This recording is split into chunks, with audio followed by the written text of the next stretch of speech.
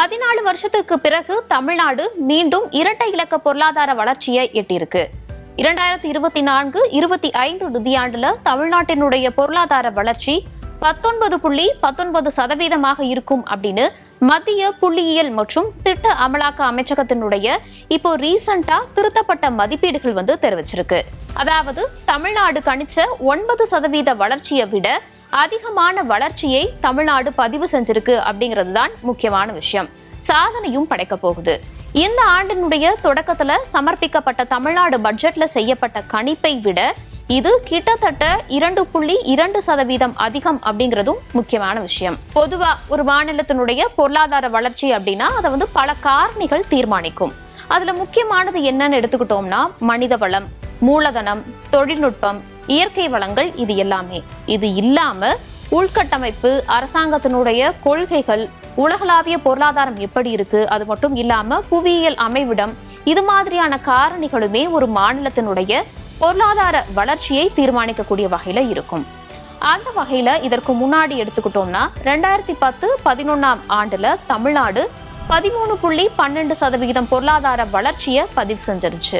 5 மாசத்துக்கு முன்னாடி மாநில வாரியாக அட்வான்ஸ் எஸ்டிமேட்ஸ் வெளியிடப்பட்டுச்சு. அதுல தமிழ்நாடுடைய ரியல் எக்கனாமிக் growth 9.69% இருந்தது. சமீபத்திய ஒரு டேட்டா விவரம் என்ன சொல்லுதுன்னா சுமார் 1.5% புள்ளிகள் அதிகரிப்ப இது குறிக்குது அப்படிங்கிறதையும் எடுத்துக்காட்டாக சொல்லியிருக்காங்க. இரட்டை இலக்க வளர்ச்சியை பதிவு செய்வதன் மூலமாக முதல் இடத்தை தமிழ்நாடு பிடிச்சிருக்கு அப்படிங்கறத தவிர வேற எந்த மாநிலமும் செய்யாததை தமிழ்நாடு செஞ்சு காட்டியிருக்கு அப்படிங்கிறதும் இங்க பதிவு செய்யப்பட்டிருக்கு. கோவா, குஜராத் மற்றும் 4 வடகிழக்கு மாநிலங்கள் உட்பட 6 மாநிலங்களினுடைய தரவுகள் இன்னும் வெளியிடப்படல அப்படிங்கிறதும் குறிப்பிடத்தக்கது. சரி, சமீபத்திய பட்ஜெட் தாக்கல் செய்யப்பட்டுச்சு. அப்போ பொருளாதார ஆய்வறிக்கையில சில விஷயங்கள் குறிப்பிடப்பட்டிருந்துச்சு. அதுல தமிழ்நாட்டினுடைய பொருளாதார வளர்ச்சி 2024-25 ஆண்டுல 8% மேல இருக்கும் அப்படின்னு தான் ஒரு எக்ஸ்பெக்டேஷனை வச்சிருந்தாங்க. 2021-2022 முதல்ல பொருளாதார வளர்ச்சி 8% அப்படிங்கிற அடிப்படையில நிலையாக தான் இருக்கு. 1 ட்ரில்லியன் அமெரிக்க பொருளாதாரம் அப்படிங்கிற இலக்கை எட்ட தமிழ்நாடு பொருளாதார வளர்ச்சி ஆண்டுதோறும் 12% அப்படிங்கிற அடிப்படையில இருக்கணும்.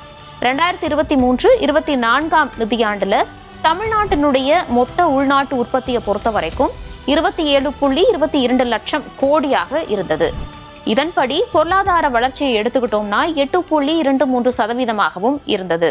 மாநிலத்தினுடைய அதாவது தமிழ்நாட்டினுடைய மொத்த மக்கள் தொகையில 31.8% இருக்கக்கூடிய வடக்கு மண்டலம் கிராஸ் ஸ்டேட் டொமஸ்டிக் ப்ராடக்ட்ல அதாவது GSDPல 36.6% அப்படிங்கிற அதிகபட்சமான பங்களிப்பை வழங்கியிருந்தாங்க. அடுத்ததாக 22.8% மக்கள் தொகை கொண்ட மேற்கு மண்டலத்தை எடுத்துக்கிட்டோம்னா GSDPல 29.6% தங்களுடைய பங்களிப்பை வழங்கியிருந்தாங்க. இதனை அடுத்து 20.5% மக்கள் தொகை பங்கு கொண்டிருக்கக்கூடிய தெற்கு மண்டலம் GSDPக்கு 18.8% பங்களிச்சிருந்தாங்க. கிழக்கு மண்டலத்தை பொறுத்த வரைக்கும் 25.5% மக்கள் தொகையுடன் 15.1% GSDP பங்கையும் கொண்டிருக்காங்க. இதெல்லாம் இல்லாம 2021-22 மற்றும் 2023-24 இடையில உற்பத்தி துறையை பொறுத்த வரைக்கும் 8.33% வளர்ச்சியும் அடைஞ்சிருக்கு. கட்டுமான துறையை பொறுத்தவரை 9.03% வளர்ச்சி அடைஞ்சிருக்கு. போக்குவரத்து உபகரணங்கள், ரப்பர் மற்றும் பிளாஸ்டிக் பொருட்கள், மோட்டார் வாகனங்கள், ரசாயனங்கள் உள்ளிட்ட பல துணைத்துறைகள் இரட்டை இலக்க வளர்ச்சியை பெற்றிருக்கு அப்படிங்கிறதும் குறிப்பிடத்தக்கதாக பார்க்கப்படுது. 2023-24 ஆண்டுல தமிழ்நாட்டினுடைய தனி நபர் வருமானம் மட்டுமே 3.15 லட்சமாக இருந்திருக்கு. மாநிலத்தினுடைய தனி நபர் வருமானம் தேசிய சராசரியை விட கணிசமாக அதிகரிச்சிருக்கு அப்படிங்கிறதையும் அப்போ சொல்லியிருந்தாங்க. செங்கல்பட்டு மற்றும் காஞ்சிபுரம் மாவட்டங்கள் தனிநபர் வருமானத்துல ரொம்ப முன்னணியில இருக்கு அப்படிங்கிற ஒரு தகவலுமே அப்போ பதிவு செய்யப்பட்டிருந்துச்சு. அதே மாதிரி சில தெற்கு மற்றும் கிழக்கு மாவட்டங்கள் மாநில சராசரியை விட குறைவாக தான் இருக்கு தனிநபர் வருமானத்துல அப்படிங்கிறதும் கவனிக்கத்தக்கது. இலக்கு வைக்கப்பட்ட தொழில்துறையினுடைய முதலீடுகள், டிஜிட்டல் உட்கட்டமைப்பு விரிவாக்கம் மற்றும் கிராமப்புறத்துல தொழில் முனைவோரினுடைய மேம்பாடு மூலமாக சமநிலையான அந்த பிராந்தியத்தினுடைய வளர்ச்சியை உறுதி செய்யறது எல்லா மாவட்டங்கள்லயுமே தனிநபரினுடைய வருமானத்தை உயர்த்துறதுக்கு ரொம்ப முக்கியமான காரணியாகவும் இருக்கும்.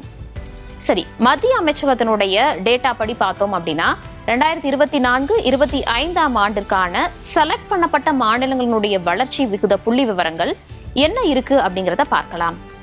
உத்தரப்பிரதேசத்தை பொறுத்த வரைக்குமே 8.99% இருக்கு.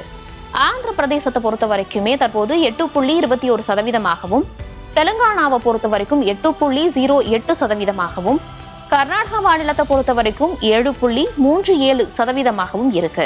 மகாராஷ்டிராவை பொறுத்த வரைக்கும் 7.27% பொருளாதார வளர்ச்சியை பதிவு செய்ய போறாங்க.